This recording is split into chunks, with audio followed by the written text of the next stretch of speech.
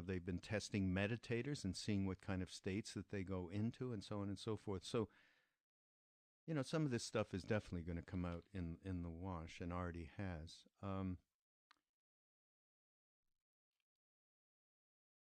So this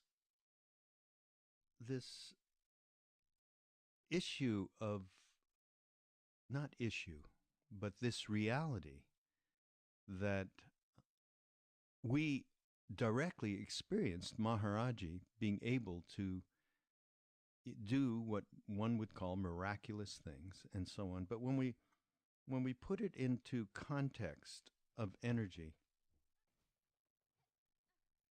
Maharaji's mind, whatever you would call it, he could create matter. I mean, he is in relation to energy. Basically, what is the underlying matter of the universe?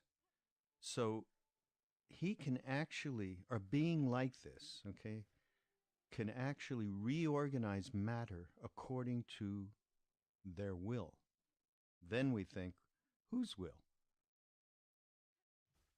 So that becomes the other question. And in this talk, Ram Dass talks a lot about that. Is very much part of our journey, is renouncing our ego, our will. And the more that we do that, the more that we become in tune with it all, in tune, interconnected with everything that is. And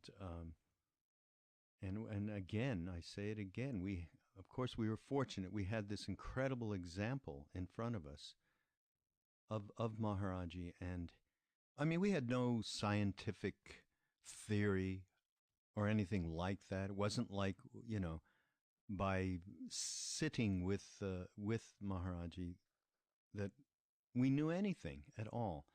But deeply and intuitively, we all understood that here was a being who was radiating this incredible energy, but he wasn't attached to it. That everybody knew. And on top of it, more of shall we say, credence to this reality was that energy spread from him through all of us.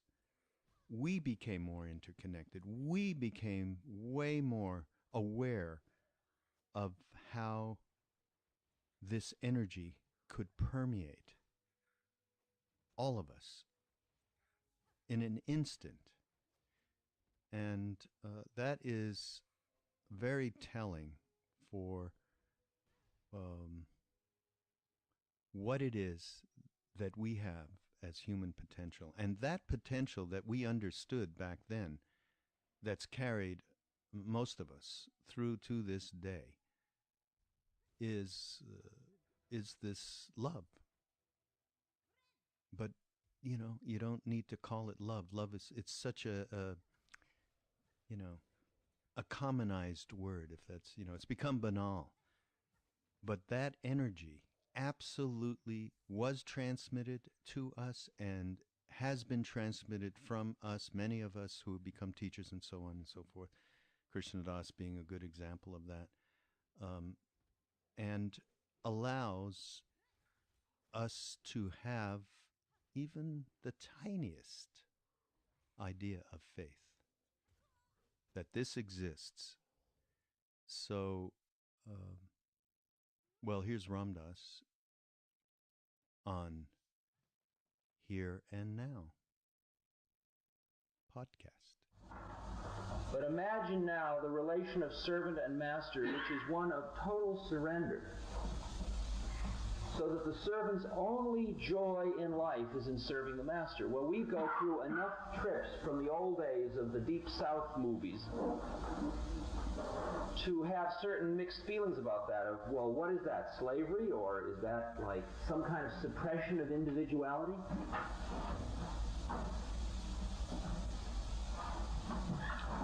But the way it works has to do primarily with cosmic energy.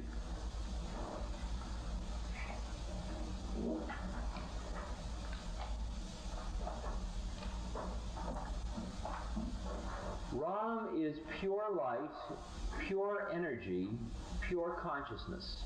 He's like the sun. Now, there is a meditation that is done in India. I started to do it, but I am not yet able to totally do it. My guru brother can do it. I can do part way. There is a meditation where you start at sunrise and you look directly into the sun with your eyes open. And for the 12 hours or so that the sun is out, you follow its course directly across the heavens, never closing your eyes, never taking your eyes off the sun.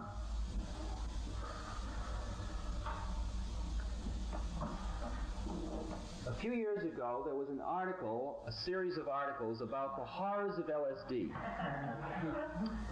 And one of the stories about the horrors of LSD was that some students at Santa Barbara College had damaged the retina of their eye by looking directly into the sun while under LSD. And they had done irreparable damage. This is the most exquisite example of what it means to tune in on higher energy when there is still ego going, versus when one is in the egoless state. The only way you can look at the sun all day long without in any way damaging your physiological system is if there is no you. If you are not looking at the sun.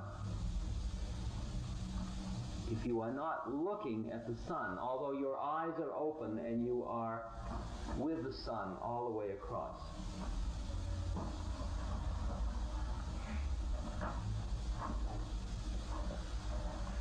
And this is the secret of tuning in on higher energy forces in the universe. It is, again, the paradox I keep telling you about all the time, that you get it all when there's no you to have it.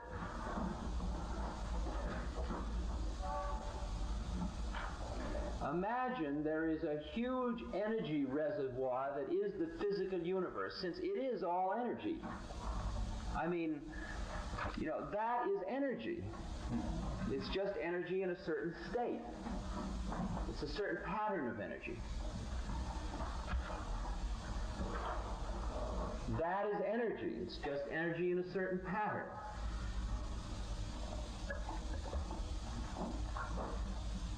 Energy, certain pattern.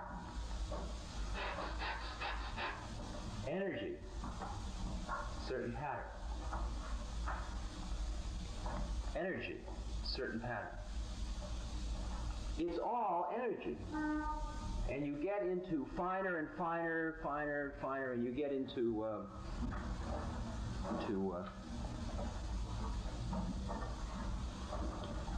negative infinity, and you get into the finest places where you are, where all the energy is just solid energy. It's the same unit. It's so fine, it's just pure energy. Now, who are you in this whole drama of energy?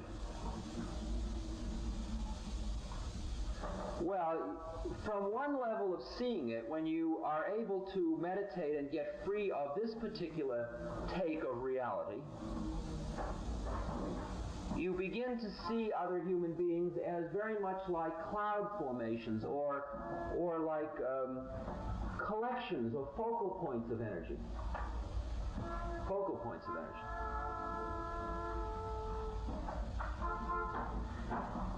Now, when you have a very constricting type of model for handling energy, that model defines A, which energy you can use from the universe, and how it can be expended, and what it's got to pass through in the system.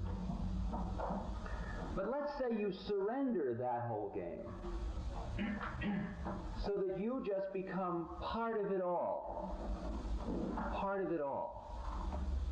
You become a splash.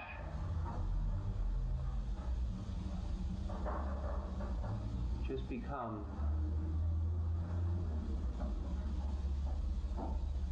Now, under these conditions, the constriction starts to be dissipated, and as you continue to do this kind of opening process, as the veil of ego, as the cloud of ego thins and thins and thins, what you experience is two things.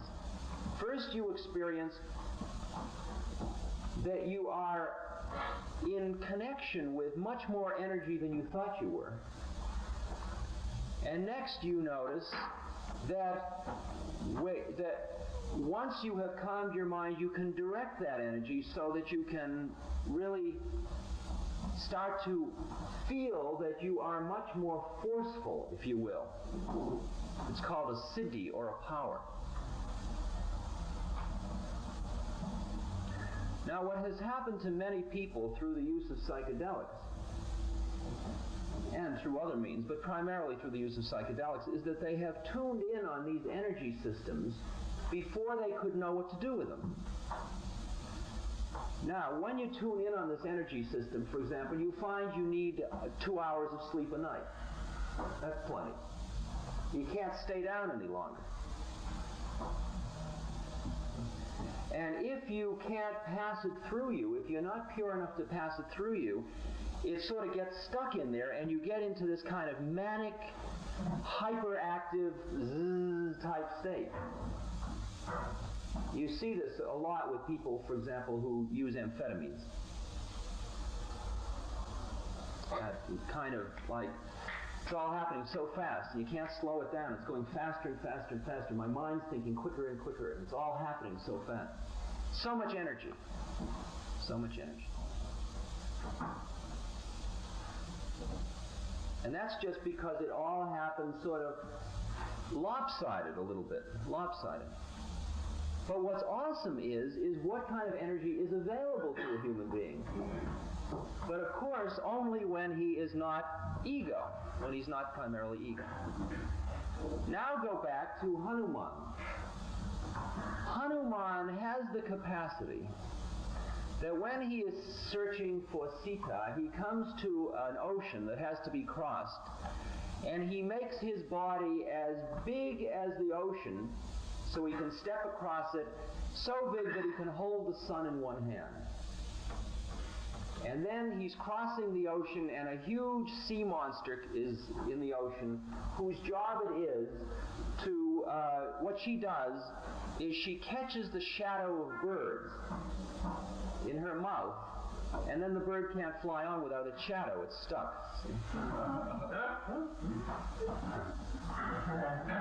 I mean, these are such fun. And so she catches Hanuman, and it's like a test for Hanuman. And Hanuman says, "Honorable mother, look, I'll come back and play with you later. I've got to go get Sita out of this scene because I'm serving Ram." And she says, "No, I'm not going to let you go. I'm going to eat you." And she opens her mouth this wide, and he makes himself this wide. And she opens her mouth this wide, and he makes himself. And she opens her mouth 10 leagues wide, and he makes himself 50 leagues wide. Then he makes himself very tiny, and he goes in and out of her mouth. And he says, "I did it." And she says, "You've done it. You passed the test. I am a servant of Ram's. I wish you luck." And on he goes.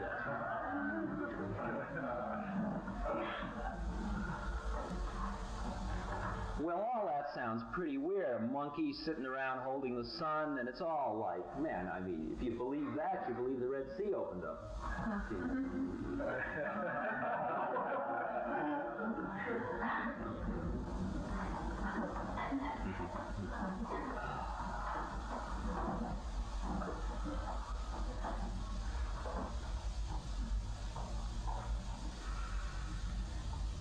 The whole process of tuning in on all of the energy of the universe so it all is part of you is extricating you from you.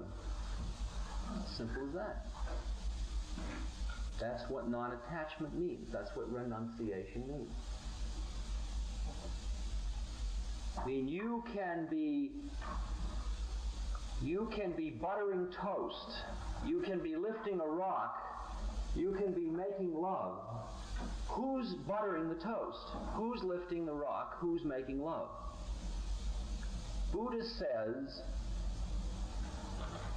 there is no doer. If you think there is a doer, you are still caught in the wheel of birth and death.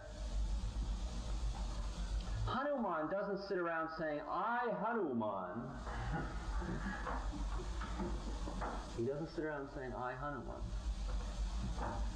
Hanuman exists. He exists only to serve Ram. He exists only to serve Ram. Now, just start to juxtapose this with our Western model about ego and identity and individuality and doing your thing and developing your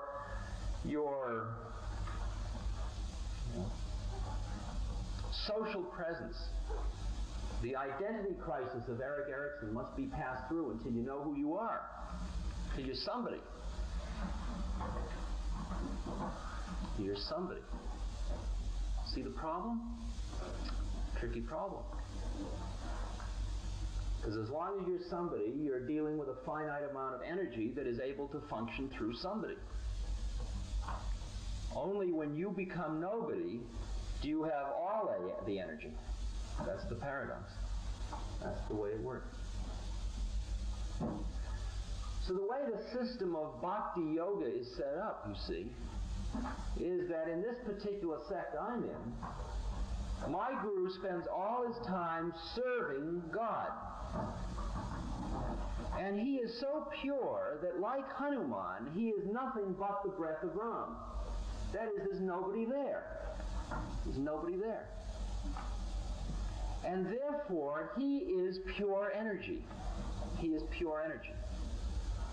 I mean, most of the stories about the Guru I don't tell because it feels too far out. It feels inappropriate.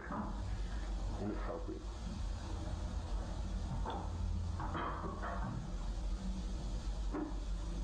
But there are.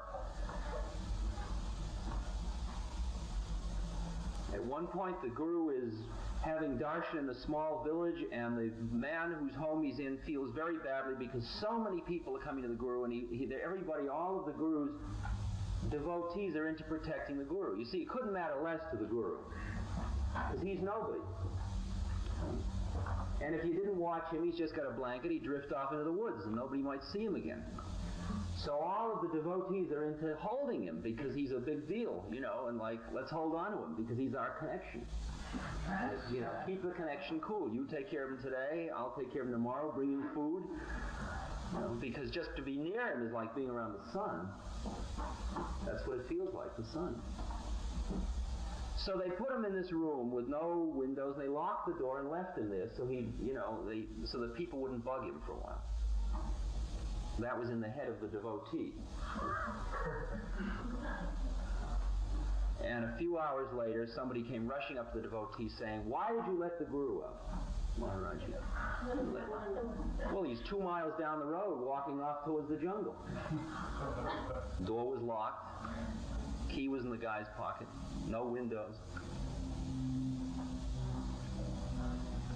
I'm not going to explain it. I mean, I can tell you about transformation of body and cells and all this kind. I can explain it to you, but it's really not relevant, except to say that his mind creates matter, because he is in the relation to energy, and since energy is what underlies matter, he is in the position of being able to reorganize matter according to the will of his head. Whose will?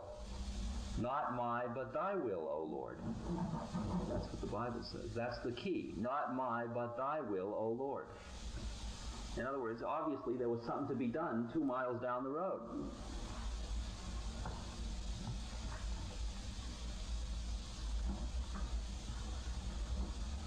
Now, in the system in India, there is only one male in the universe, and that is God. And everything else is female in relation to it. Not feminine, female. Yin-yang. In the sense of It is receptive, the passive, open, type thing. It's this.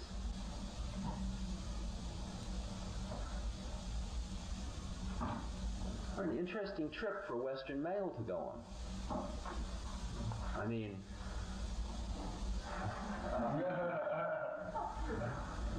hard.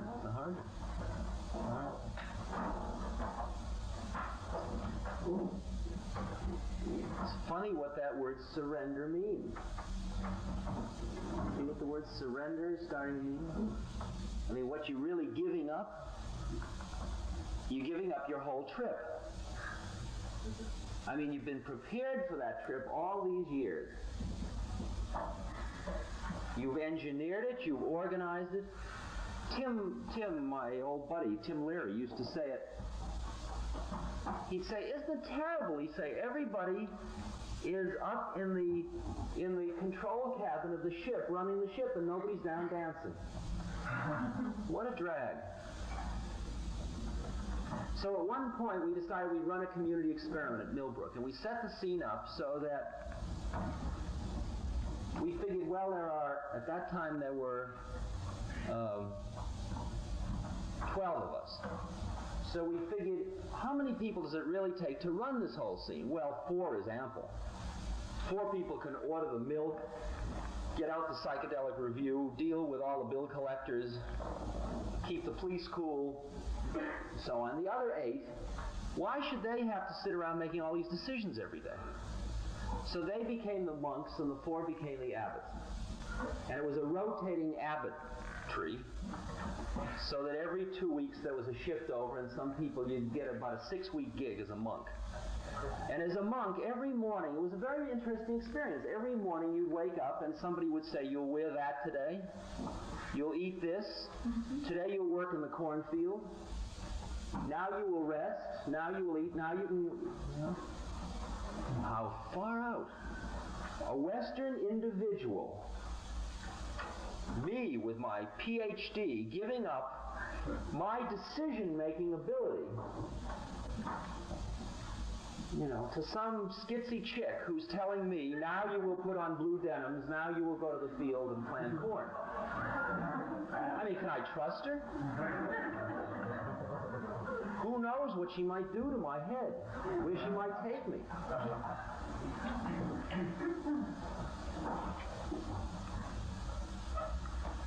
Very interesting experience, the experience of surrender. Well, I know I was supposed to plant corn, but I really ought to get the... Who's in control of the ship? You or me? You are. Plant corn. Right. Plant corn. Not only plant corn, but be here while you're planting the corn. Don't be thinking about the book you're writing. We intellectuals have a slight, sickness that way.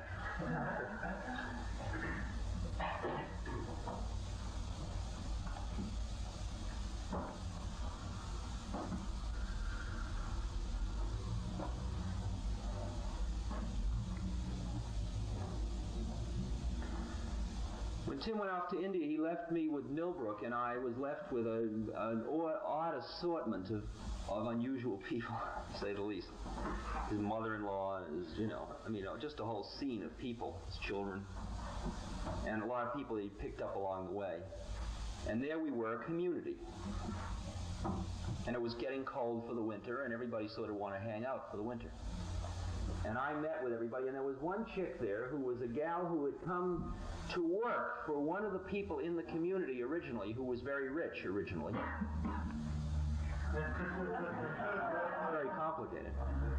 And the girl had come up from the south by bus, one of those you pay the bus fare and you get the help. The help. So we met as a group and we said, all right, here we are. And she says, I'm not here, I just work here. Sorry, baby, no servants. Well, where am I going to go? Where you can stay, but you can't be a servant.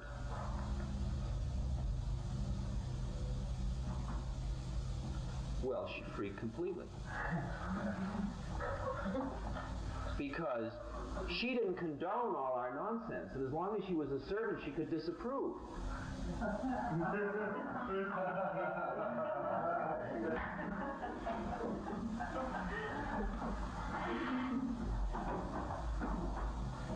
Servant problem.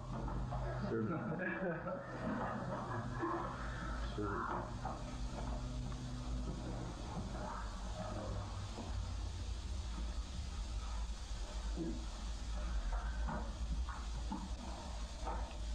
Surrender.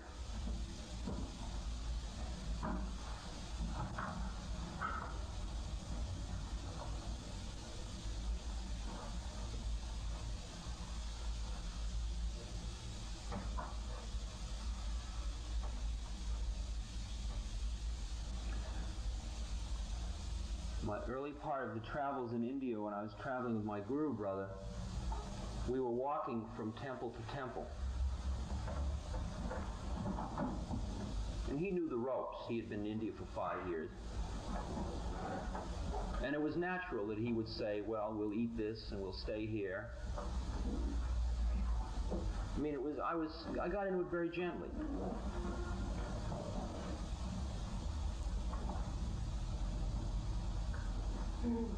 I mean, I had a rationale to allow it to happen. To allow somebody else to take over my life. I mean, this was okay. This was like a moratorium. I mean, I'd been so big and responsible all these years. I could turn it off for a little while. Lest ye become as little children, ye cannot enter the kingdom of heaven.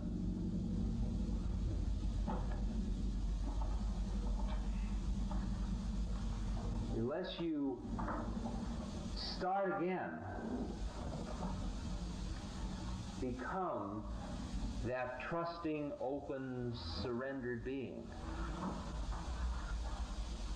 the energy can't come in. The energy can't come in. That's the kingdom of heaven. The energy. It's the same thing. Cosmic consciousness, you name it. Same thing. Consciousness equals energy, equals love, equals awareness, equals light, equals life, equals wisdom, equals beauty, equals truth, equals purity. It's all the same trip, all the same. Any trip you want to go leads the same place. Purify enough, immerse, become beauty enough. Become it. Become it. The potter who becomes his pot. Embrace the 10,000 beautiful visions and the 10,000 horrible visions. Become one with the universe, and then all of the energy passes through you. You are all of the energy. You are all of the energy. This podcast has been brought to you by the Love Serve Remember Foundation and ramdas.org. We appreciate all the support for the foundation and for Ram Dass's work, and we hope that you will continue that support. You can go to ramdas.org and click on the Donate Now button and follow the prompts. Thank you.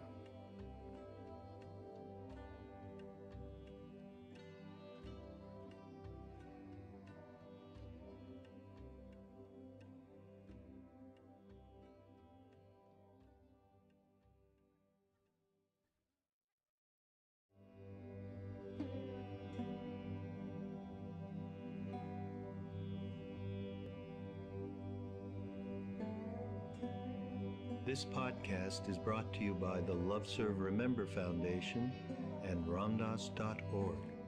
Welcome to Ram Dass Here and Now, and I'm Raghu Marcus.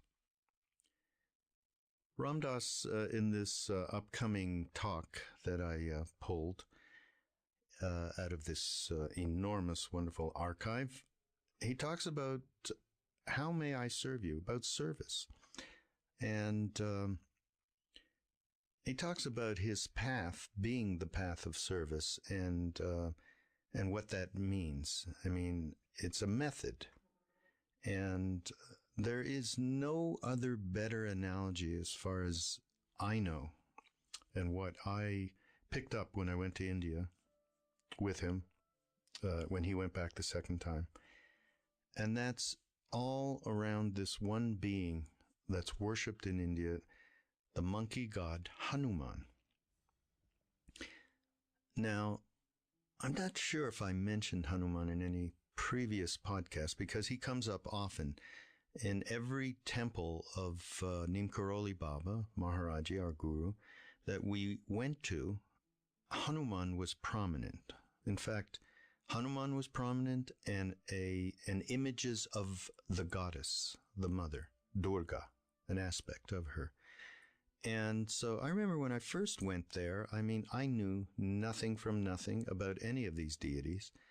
And I was struck by Hanuman. It just had such a compassionate look on his face. And of course we started reading up on it a little bit. And in fact, many of you know who Krishna Das is. And the first prayer that we learned in India was the Hanuman Chalisa, 40 verses in praise of this monkey god.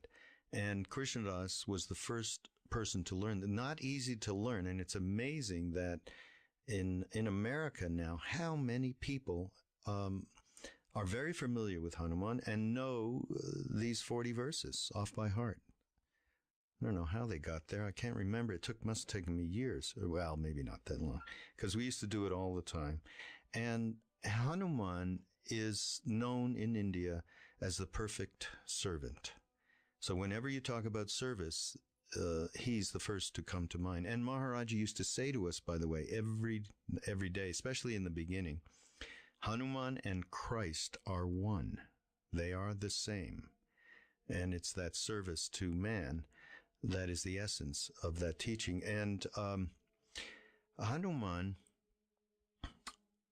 just to give you, those of you who don't know, I know many of you know, but I'll just, if I'm repetitive, you have to excuse me.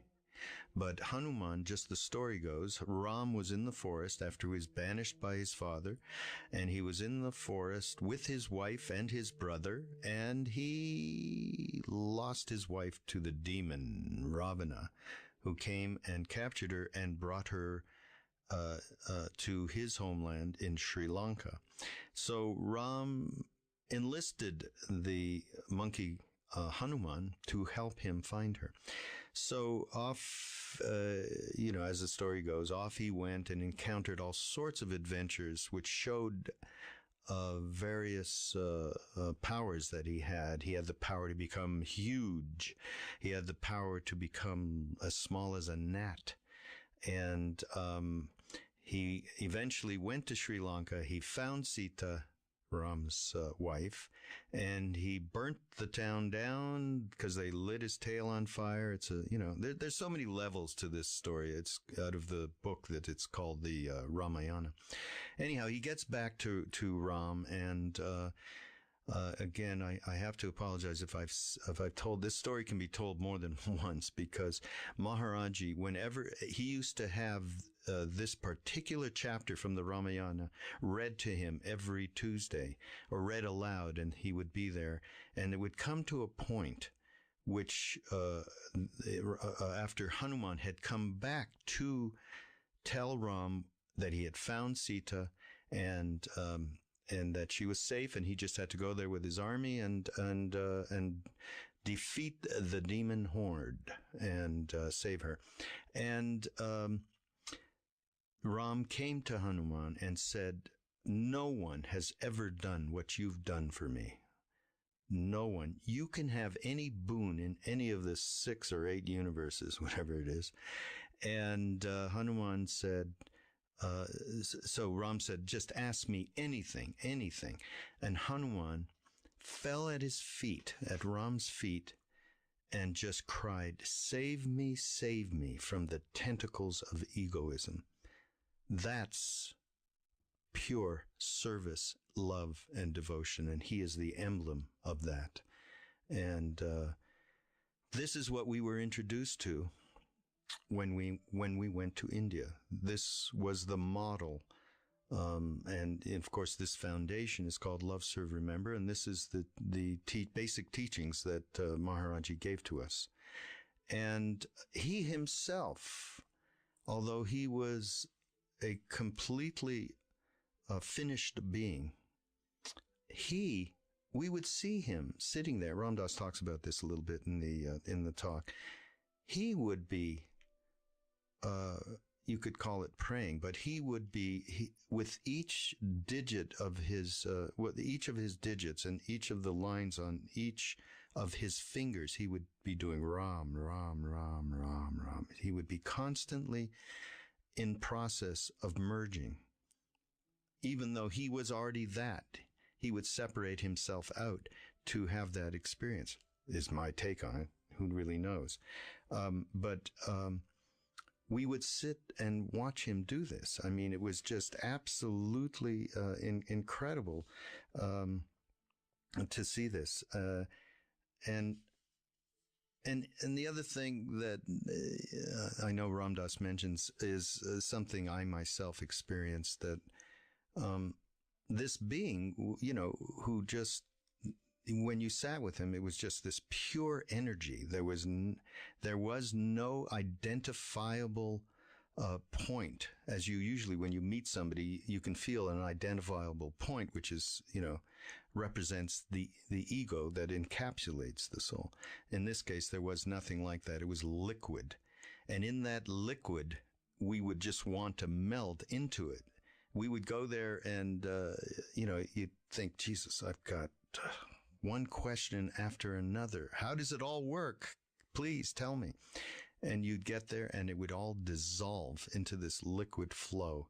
I mean, it was an amazing, amazing thing. But that's all Maharaji was doing, was absolutely, completely one with, in service to the divine. Nothing more and nothing less. So, how may I serve you? In fact, when I first met Ram Dass in his father's farm, he would do this particular exercise, and this was the first time for me. I'd sit down and he'd face you and you'd have eye contact, and he would say, how may I serve you? And he talks about that in this talk about, just releasing everything of himself as he sat with a person and just would surrender into the moment and just be of whatever service he could be for that individual. And that was his practice. That was his method. And indeed, we can all take some of that on. And what else do we have to offer to anybody? But is to just offer service to, and prayer for everyone to be happy, for everyone to be peaceful. So here is Ram Dass, here and now. How do you do it? How do you do this trip?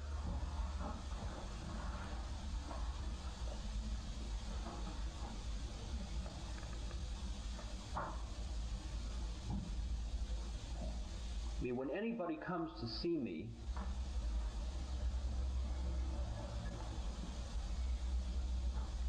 anybody who comes in the door,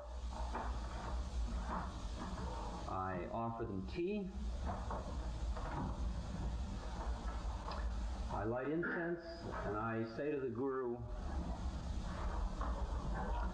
allow me to serve you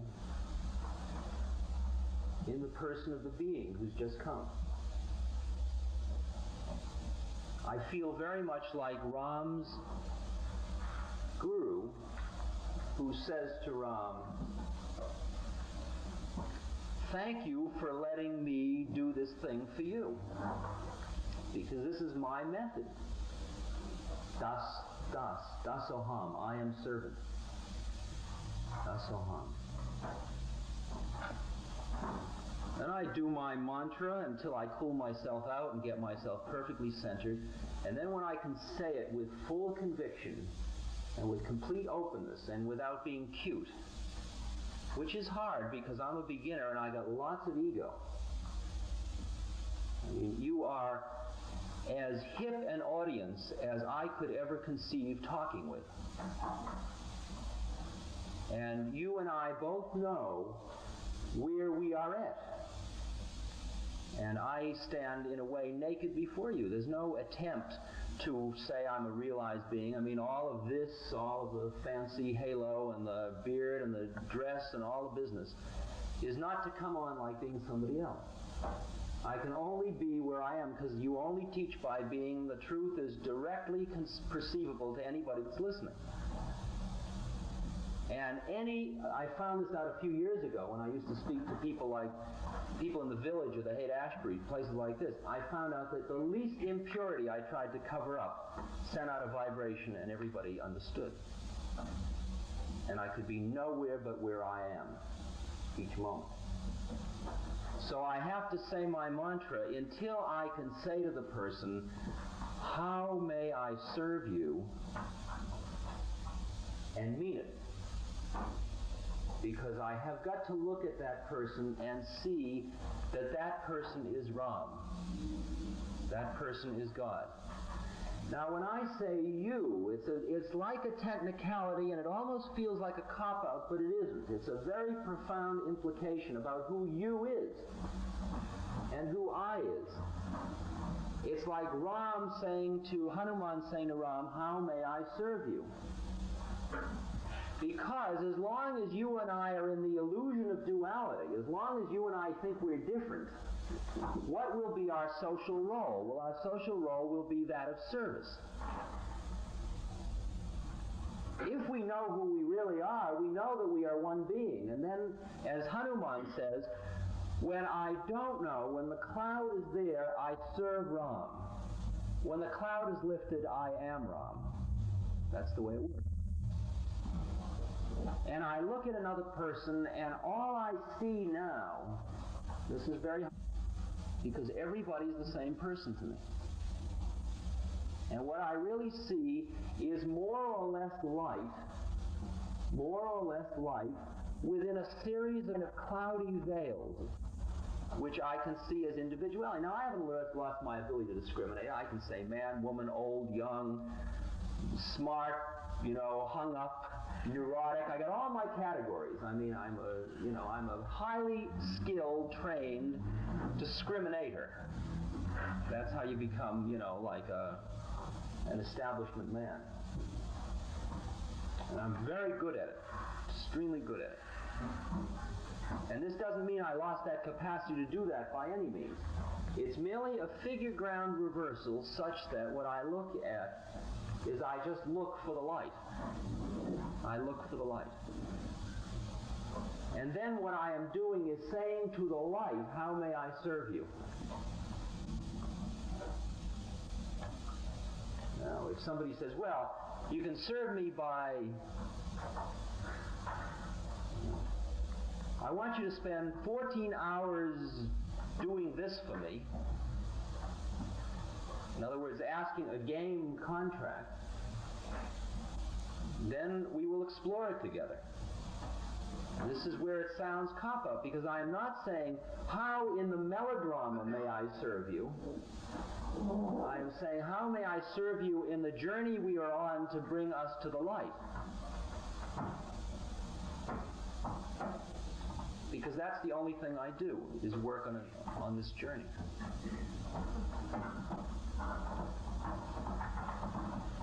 But within that, it might be any kind of service, because it doesn't matter. Because whatever you're doing, when you've got this model going, you're doing the same thing. When you're living in a community or in a family, when you're cleaning the behind of a child, when you're changing a diaper, when you're feeding, when you're loving, when you're dealing with a scraped knee, when you're supporting somebody who's hung up because they're so caught in their world of games they can't see their way out, and just being there with them, how may I serve you? You're serving God at every moment. That's what's making life that is profane sacred. That's the operation. That's karma yoga. That's karma yoga. That's karma yoga. I mean, but those people demand all of my time. Who? Who's them and who's I? Who's my time? What is your time worth? What are you about? Well, my time is worth $20 an hour. How poignant. How poignant. How much an island unto yourself. How little energy if your life is only worth $20 an hour. My life is worth everything and nothing. Both. My time is valueless. It's invaluable. It's invaluable. You just can't estimate what my life is worth. What any moment is worth is every moment is an eternal moment. And if I am pure enough, it's all energy. Less had ye but faith, ye could move mountains, said Jesus. Well, if I have enough faith and I can move a mountain, boy, it costs a lot to move a mountain these days, I'll tell you. And see, I can do it with a thought, and the thought takes a second. Well, look at what my time is worth. I mean, in money and banking, in cosmic money and banking, all kinds of games to be played. But remember the paradox. You've got to give it all up to have it all. You see, the servant is that of surrender, the role of surrender. I mean, I go to New Hampshire, and there is my father, who has a number of hobbies. He's a very Rogers person. He does lots of stuff. You know, he's always doing something. He's hammering something, or printing something, or shoveling something, or, you know. And I see he's doing things that are like, I don't know what they are. I mean, they're just things. But then so is everything else.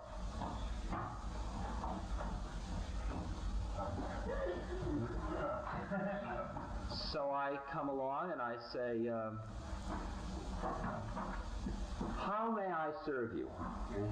And he says, well, would you hold this? So I hold it. So I hold it. I went through a funny take recently. I got, last fall, about this issue. It gets very far out at some point. I got a letter from Nat Lerman of Playboy. And he said they had a questionnaire, a psychological questionnaire in Playboy about the sexual habits of men. And they wanted to do one about the sexual habits of women. And they knew, I mean, I was a really good psychologist. And would I do the questionnaire for them? Right? Now, here I am, a sexual renunciate, in a dress. I mean, just the person Playboy, you know, should ask to do their questionnaire about the bed habits of women.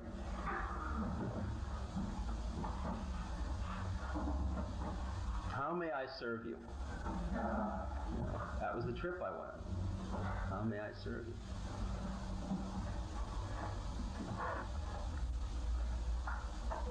And I knew that if I did that thing in order to bring enlightenment to the people who would take the questionnaire, Playboy would not accept it. So I wrote and I told them the problem.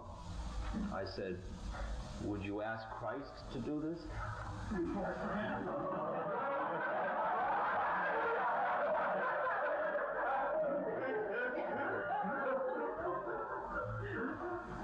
Then I said, if you had, he probably wouldn't, because he could do it. But where I'm at, I can't do it yet. Because the purest being, you see, can, with whatever service he does, make the purest statement all the time, because he can't make anything but a pure statement, no matter what he's doing. I mean, what is very beautiful is to find a guy who took a lot of acid and got all uptight and all strung out on amphetamines and went through the whole trip, and now you find him, and he was in the Haight-Ashbury, and he was all weird, and you were dealing with him in the middle of the night, and all kinds of hysteria, and mental hospitals and the drama. And then a few years later, you get a note from him. He's living with his chick in a little country town. He's the postman. Right? He's the postman.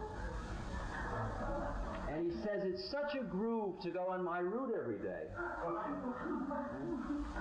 Such a groove to go on my route every day. Before Satori, you chop wood and carry water. After Satori, you chop wood and carry water.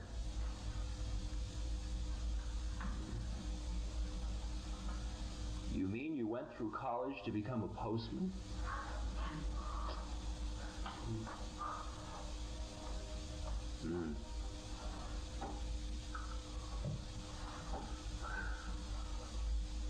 But then I meet a guy who is a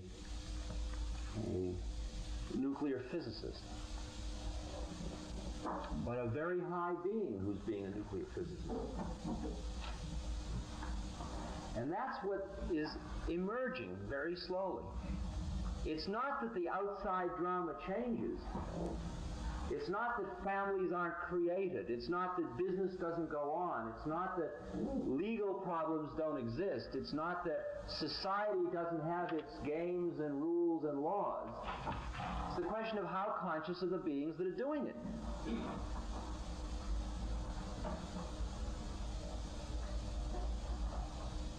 Because if a person has surrendered their ego, then they do what is in harmony with the universe. And what does that mean specifically? What is the harmony and what is the universe? The universe is your biochemistry. It's your skills. It's your heredity. It's your environment. It's all of the forces acting upon you at that moment. It's all of the moral possibilities around you. That's all part of what the harmony of the universe is. I recall Isaac Stern, the violinist, saying to me, if I take LSD, will I still want to play the violin? I mean, I earn my bread playing the violin, and, I make a lot of people happy. If I take LSD, maybe I won't be able to play the violin anymore.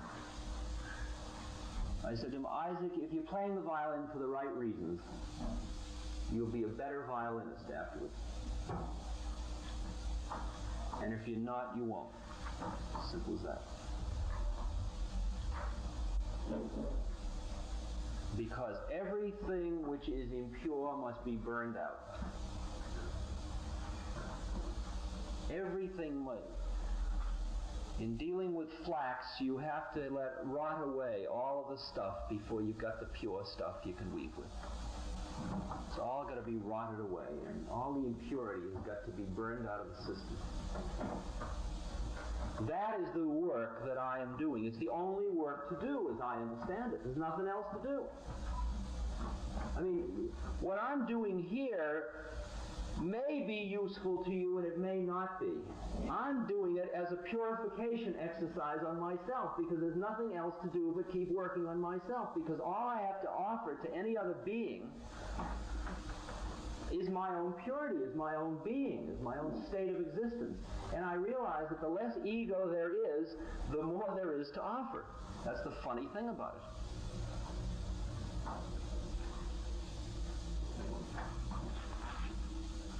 The four great vows in Buddhism. However innumerable beings are, I vow to save them. However inexhaustible the passions are, I vow to extinguish them. However immeasurable dharmas are, the ways, I vow to master them. However incomparable the Buddha truth is, I vow to attain it.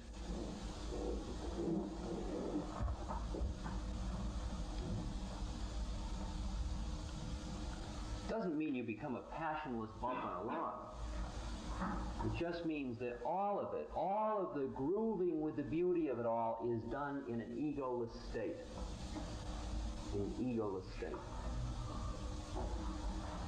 When you smell a flower, you are the flower. You are one. You are two and one both at once, and there is nobody smelling the flower, and the flower is being smelled, and the savor is total, and yet there is no ego. When you are cooking food, see, in the temples, it's all designed to keep you aware of this dance. So you never cook food except with a mantra. I mean, you always have something you're saying inside to remind you that you're not just cooking food. You are doing a part of the divine process that is keeping the temple maintained in order to seek the light. That's what the journey is. What the Bhagavad Gita says. Do what you must do, but dedicate the fruits of your work to me. That's another way of saying it. So there's the Guru who is praying to Ram.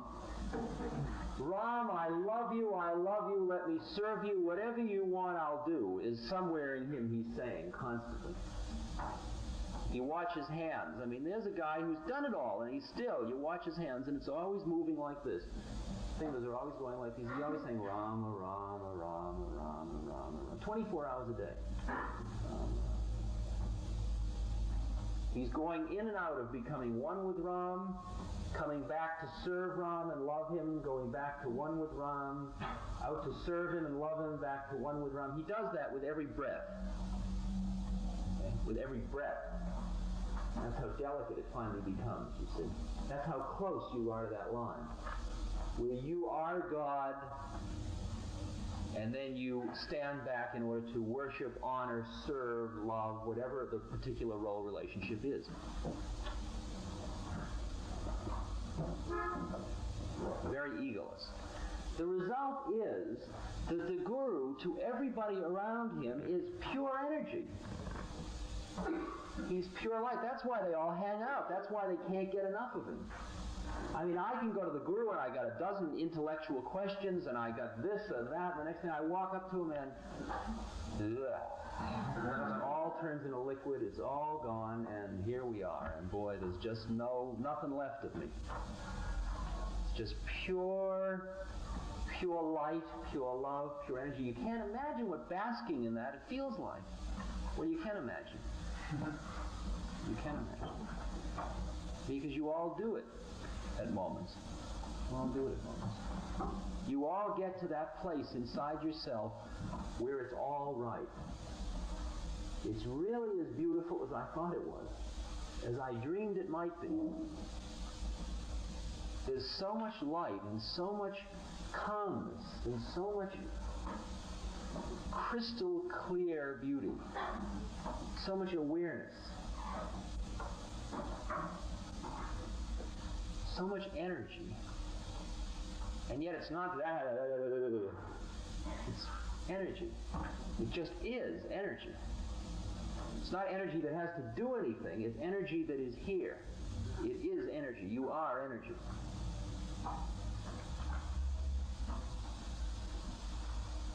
So when you're around this guy, he is an external personification of that stuff. That stuff. And so once it's not hard to surrender to that. You surrender to the light, surrender to pure energy, to pure love. It's surrender that is no surrender. See, that's the funny thing about it. The surrender concept turns out to be meaningless. What are you giving up? What are you giving up? You're giving up a kind of a hollow, empty little trip that's good for maybe another 40 years, at best. You're giving it up for an eternal union with pure energy, pure light. Because surrender means you no longer die. It's as simple as that. That's what it means.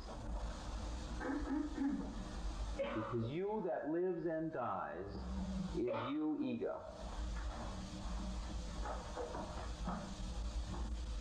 Is you, ego. And fear of death only comes through the brittleness of ego. Only comes through the brittleness of ego.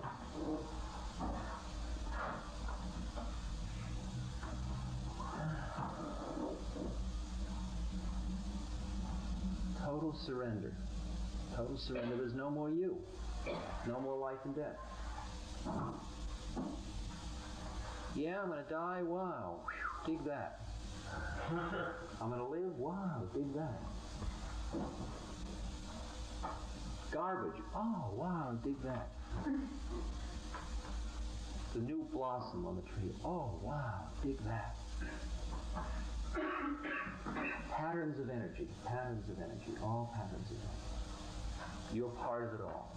That's the place. That's the place.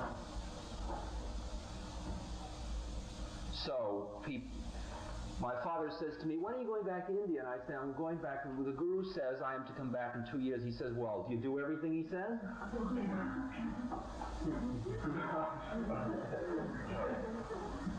You hear the level of the question? Do you do everything he says? Don't you have a mind of your own? We're giving you this executive position in this company, and we want you to know you'll have a great deal of independent decision-making power.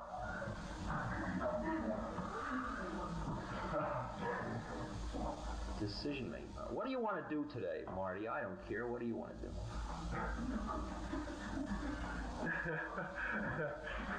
I remember a few days standing in London. I had fled from Copenhagen, where we had had a very unfortunate thing with a psychological convention. And we were in London, and Tim and Bill Burroughs and I were walking through the streets, high on something or other, and we were spending just days going from park to tea room to park to tea room. And every now and then we'd be at a corner and somebody would say, well, should we cross the street? And we'd stand there and nobody seemed to care. Because we were all fulfilled at that moment, right there on that street corner in London. We were all just very, very here.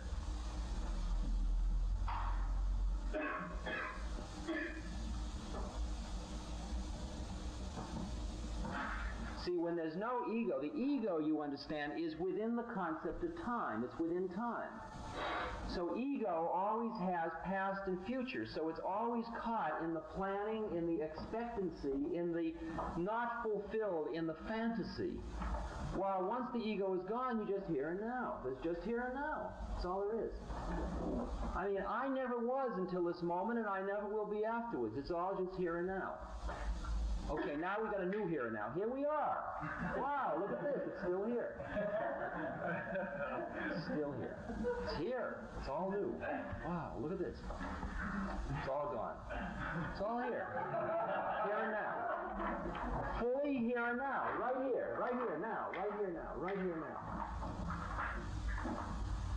You didn't come up the stairs and walk in and pay $2 and come sit down, come to listen to a lecture, and I'm giving a lecture, and then you go home and you'll work hard and perhaps become enlightened. That's all stuff. That's all stuff. Here we are. This is it. Right now.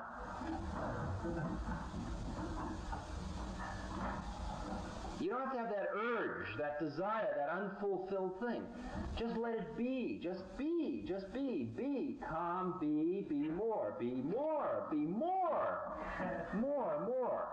What's holding you back? Your thoughts, huh? Got to give them up. Just ego planning. What are you doing? Planning for the future?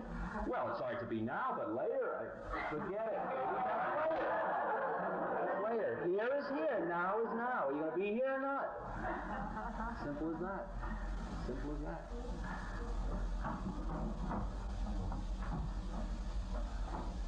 But I'm so young, I have so many things to do yet.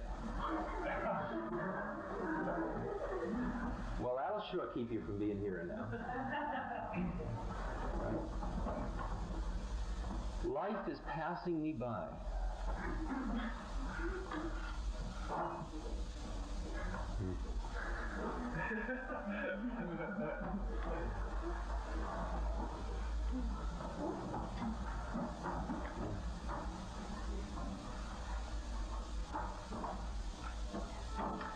But if I just live in the here and now, won't there be chaos?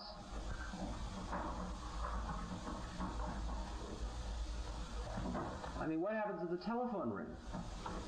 Well, the here and now fact is the telephone rings. You pick it up and answer it.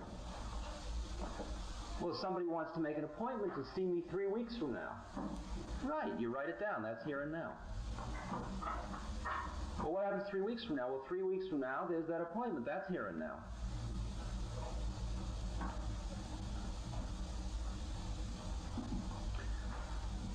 When your child comes down the stairs, this is the first moment all over again.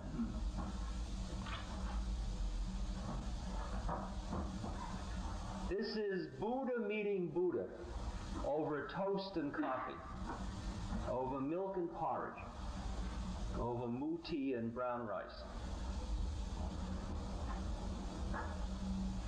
This is here and now. We never had breakfast before. This is it. This is all there is right now. If it's not good enough, man, it's not good enough. I was taught this in a very strange way. I lived in a community in California, and I was a wheeler dealer, you see. This was a few years back. Now I'm a new kind. I'm a cosmic wheeler dealer. Before I settled for just like mundane physical wheeling and dealing. And I was a computer programmer. And I was supporting this community of artist-type people and stuff like that and paying off some debts, and I was a consultant in mathematics research and in public education and lecturing, and I was doing my gig, and I was flying around the country being, doing my thing. Speaking about LSD and...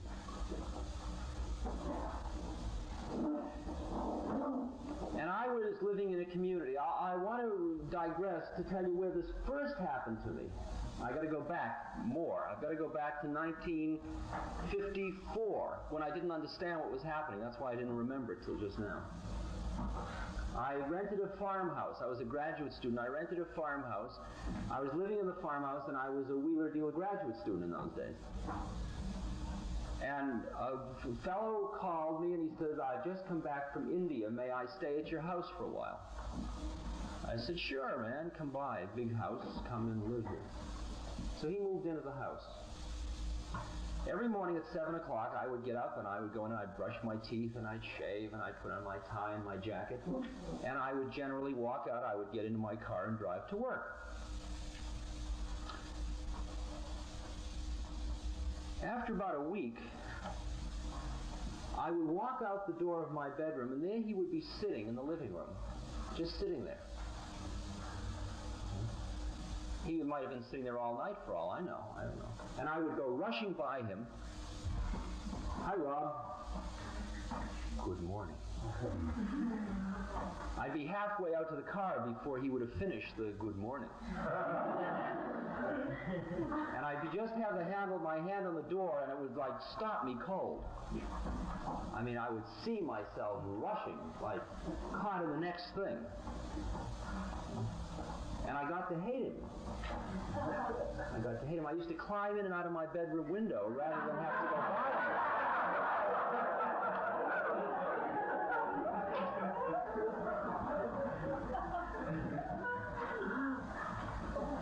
Okay, now we're 10 years later, and we're in this community in California, and living with a very, very high being by the name of Steve Durkee, an artist. Very beautiful guy. His wife and babies. So I have a day off. It would be Saturday, and we'd be going to the store. It'd be the dog and the babies, and we'd all get in the Volkswagen microbus, and there'd be Jane, the gal I was living with, and her baby, and me, and Steve, and Barbara, and the whole scene in the microbus going shopping. And we get to the door, and Dakota, Kobe, Steve's daughter, would say, she'd start to cry. "Well, now, I have the morning free, and we're going to go to the store. Saturday mornings we shop." "All right, Kobe, cool it." Kobe doesn't cool it. She cries.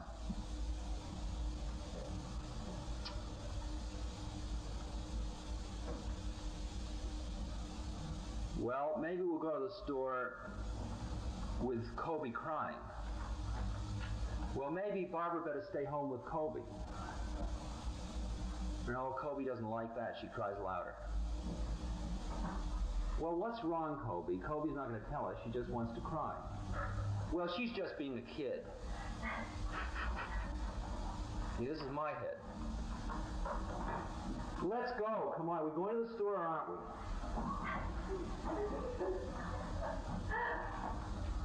Steve says, what's the sense in going to the store?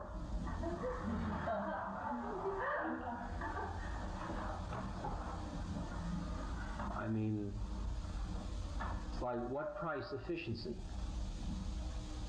What happened to the human beings in the shuffle? What happened to the vibrations in the shuffle? So, I mean, we do this absurd thing. We'd all stop around this little kid, you know. We'd all sit down. We'd join hands. We'd all cool ourselves out. And when we all got relaxed enough and calm enough, Kobe would stop crying. And then we'd go to the store.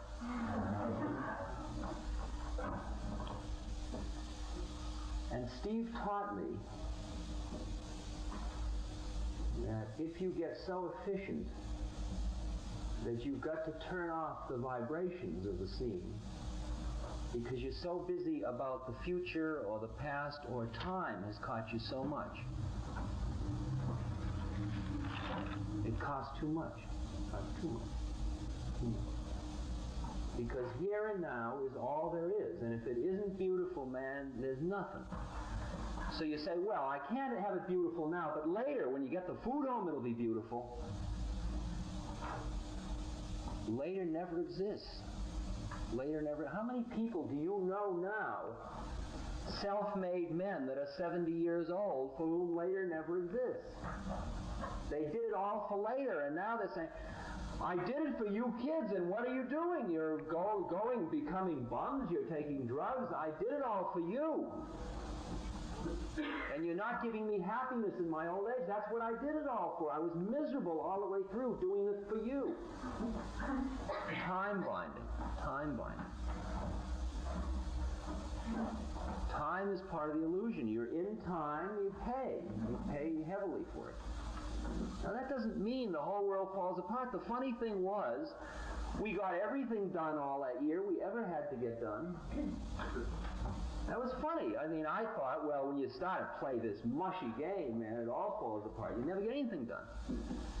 But what we did was so high that it was so much higher than anything I had ever been part of before, that everything we touched had a certain pure, pristine quality to it.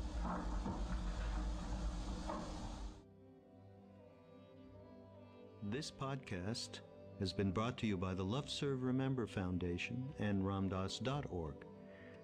We appreciate all the support for the foundation and for Ram Dass's work, and we hope that you will continue that support. You can go to ramdas.org and click on the Donate Now button and follow the prompts. Thank you.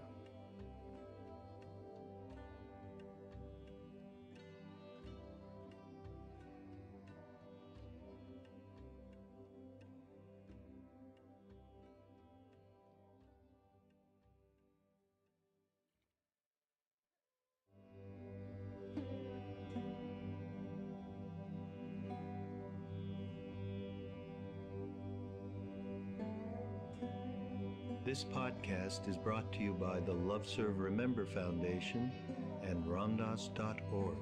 Welcome to Ram Dass Here and Now. And I'm Raghu Marcus. And I'm traveling. So I got a little bit of a different place from which I am bringing you this podcast. And I'll tell a little bit of the story of why I am, and it fits into some of what I want to talk about, and certainly with this talk that I chose of Ram Dass's.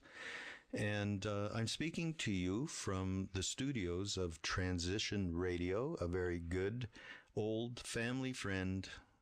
Well, he's not that old, but you're getting there. Really? I'm older than you, I yes, think. You are. Alan Hutner. Hey.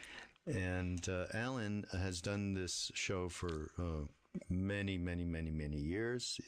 We're in our 29th year of Transitions Radio Magazine. Good. At transradio.com is our website. And he does wonderful, has a whole treasure of interviews with people who are I think the common denominators, they're all trying to be very giving to make this a more positive world. I mean, in this most basic and simplistic manner. Correct? We would say in the realm of spirituality and consciousness, right. Transformation, waking people up to their true nature. There you go. Yeah. And that's, nothing else is what Ram Dass is about, what we're about, what Neem Karoli Baba is about. And so this is all hand in hand. And please do come to the Transitions site and take a look. Yeah, transradio.com. And again, just saying Ram Dass, deep love for him. He's been on the show many times over the years. And of course, Neem Karoli Baba and Maharaji were the influence that shifted me, in another path on life. In fact, when I met you back around 75 or so. Okay, there you go. You're putting a date to the 75 on a beach in Long Island. Yeah. I remember you sitting there talking about Hanuman. So. Oh, great. This particular podcast today is going to be about, I'm giving it this little bit of an exotic title, Shiva's Dance of Life. And there is a statue in India of Shiva dancing. It's called Nataraj. It's a beautiful statue that many people are very familiar with. So one of the quotes that Ram Dass talks about in this this is about the dance of life, and one thing that caught my eye, he said, when you understand that thought comes from the space of the thoughtless, then your singing and dancing is no other than the voice of the Dharma, the universal law. And singing and dancing, he is meaning our day-to-day work, careers, relationships, play, all the way to the insurance guy. It's everything. And that falls under Shiva's Dance of Life. Now, I'm going to tell you a story, Alan, that one of the reason I am here out of station and I'm in Santa Fe, New Mexico, is because my father, who his name is Dasarat, and he is probably one of Maharaji's eldest devotees now. He's about 93 almost. And he is getting close to his transition. Talk about transition radio. He's getting close to the transition life. And so we were called here because it seemed imminent that he'd stopped eating and so on and so forth. And since I've been here, he seems to have risen back a little bit, and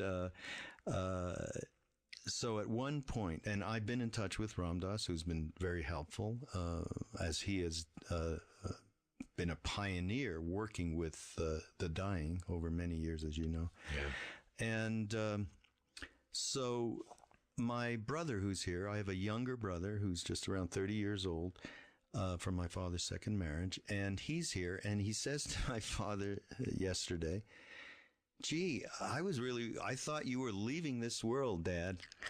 And my father said, yeah, I thought so too. But now I'm just dancing. This is after I was sitting in the room and, preparing for this podcast and listening to Ram Dass's talk, and which was all about this dance. The dance of life includes the death. It includes that transition, very strongly. I told this to Ram Dass. He was like, I said, this is like virtual reality and reality here coming together.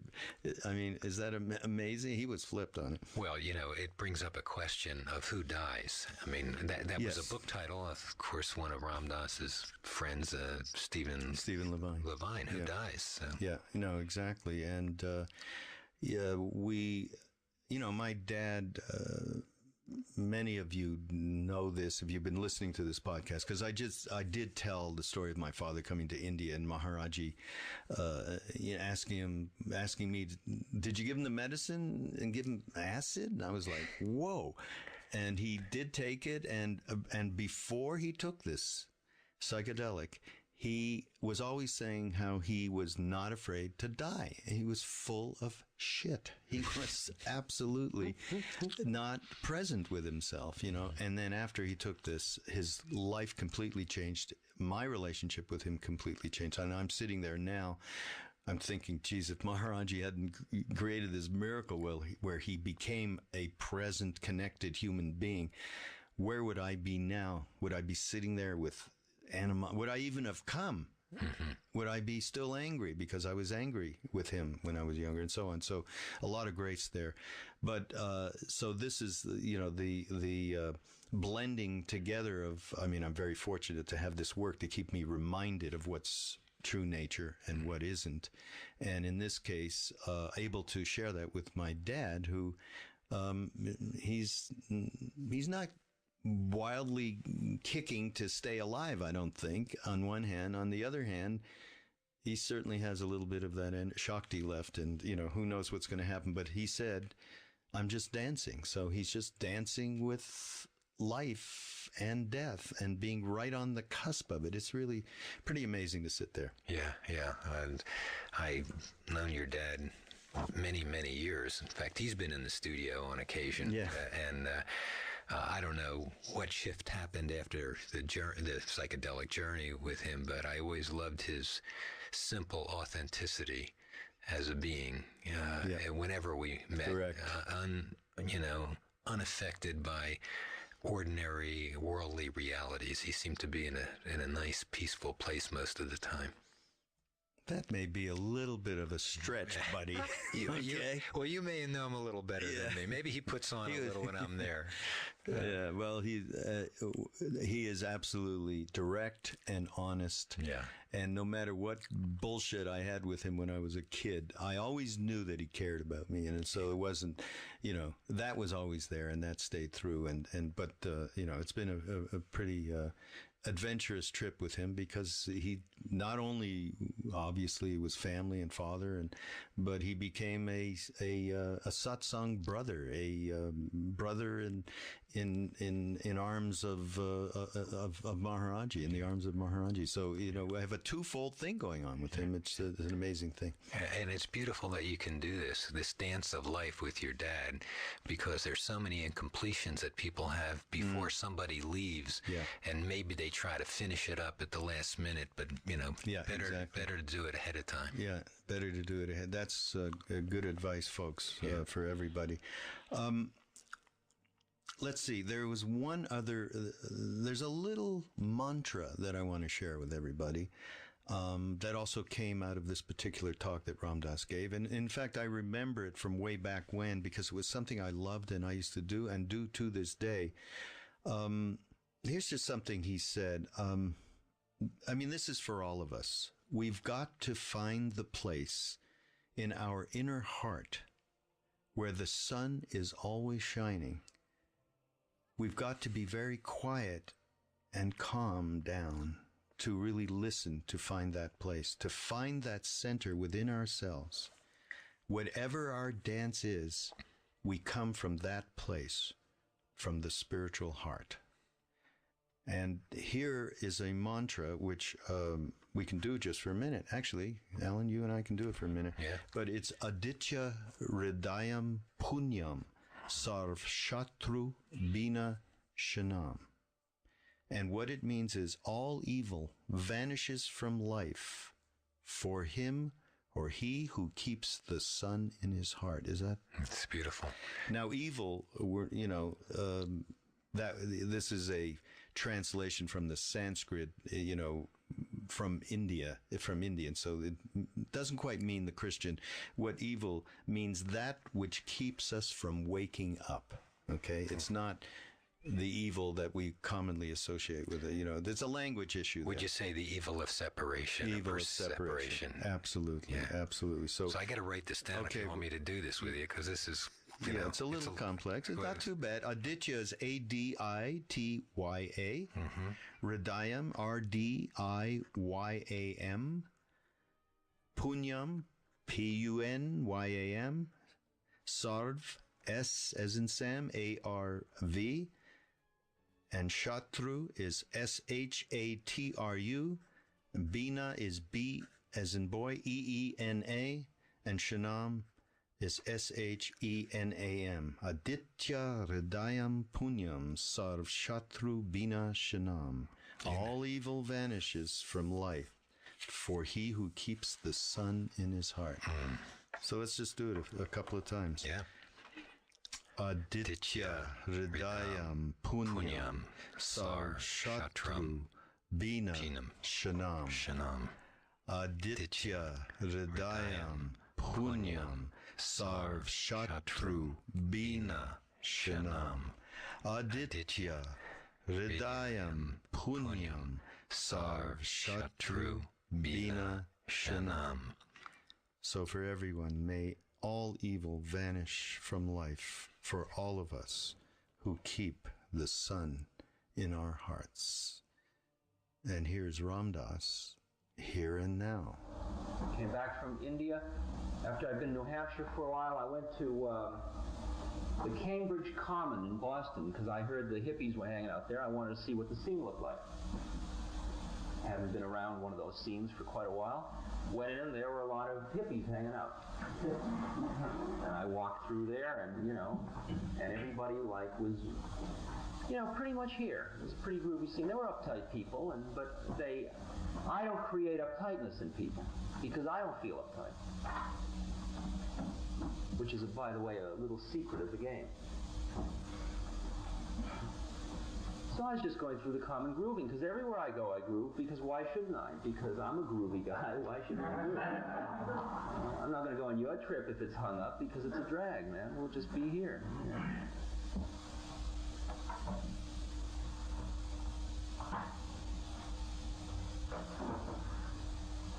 So I met the son of one of my old professors, colleagues at Harvard. We went for a ride together. And all my old takes, suddenly he's the son of my colleague, So I say to him, well, you've just graduated from Boston University. What are you going to do now? What are your plans for the future?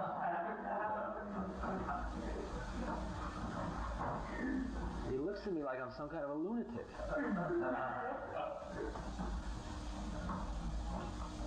He says, I'm learning how to live here now. I mean, this is a 21-year-old kid telling me off.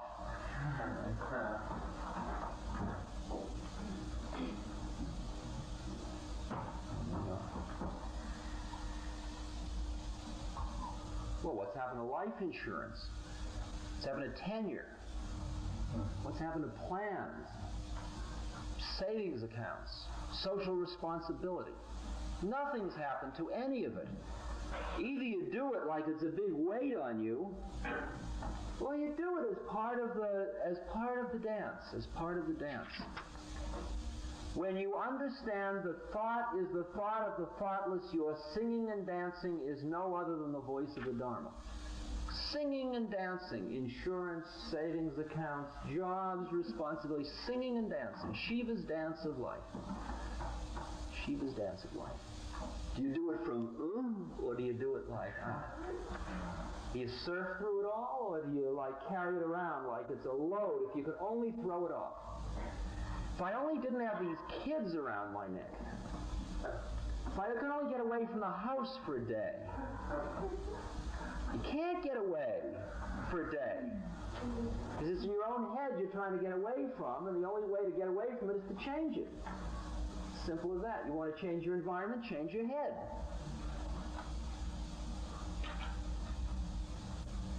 Change your head. It's all the ecstatic moment if you know how to dig it, and if not, it's all really a travesty of it all. It's just all profane. It's all profane. You're standing in the bus, and you look into somebody's eyes, and they're tired, and they just came from work, and they're all full of self-pity, and I gotta go home and cook the dinner, and and you just take it all into you. How may I serve you? Just like and they look at you, and pretty soon there's just that little light. They don't have to go, I see you, I love you, we love each other, let's be flower buddies together. None of that. None of that. It's just the gentlest, It's just lightening the burden ever so little, just by your sheer being. Your sheer being. And what do you do with all that stuff that they just handed you? They just handed you 500 pounds of 500 pounds of You pass it through. You send it through. It's like fire sirens, you know? Oh. They get you high. Free energy. It's all part of the divine dance.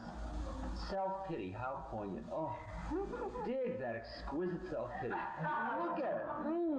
You can taste it so much of it. My life is such a burden. So hard.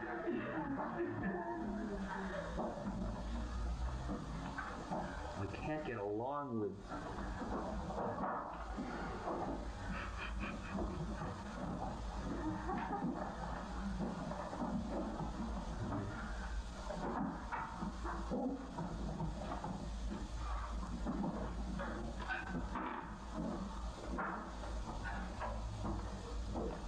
How may I serve you?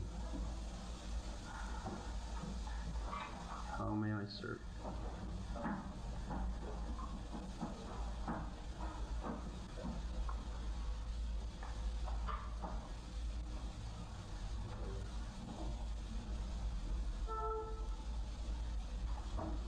We can serve each other only through our beings. That's the only service we have to really offer. All the rest is stuff. And I'll do as much stuff as I can do. It's only stuff. Talking, holding the board. Madam, I'll carry your packages. That's only cop-out serving, if that's all it is, if that's what you think serving is. Oh, I'll do all that, because what's that? That's nothing. That's just like, cool. That's part of the harmony of the universe. That's Shiva's dance. I mean, you and I are one. There's so much energy available in the system, and yours is depleted at this moment, so let me do it. Because it's us anyway. Who's giving what to who? After all I've given you, what have you given me?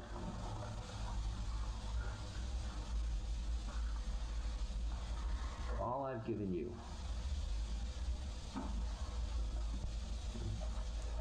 Whose object? Your children, your wife, your husband, your lover, your boss, the bus driver? Whose object? Who isn't Ram? Name one. Name one. I mean, well, it's groovy. We're all here together. We're good guys. But what about them? What about them?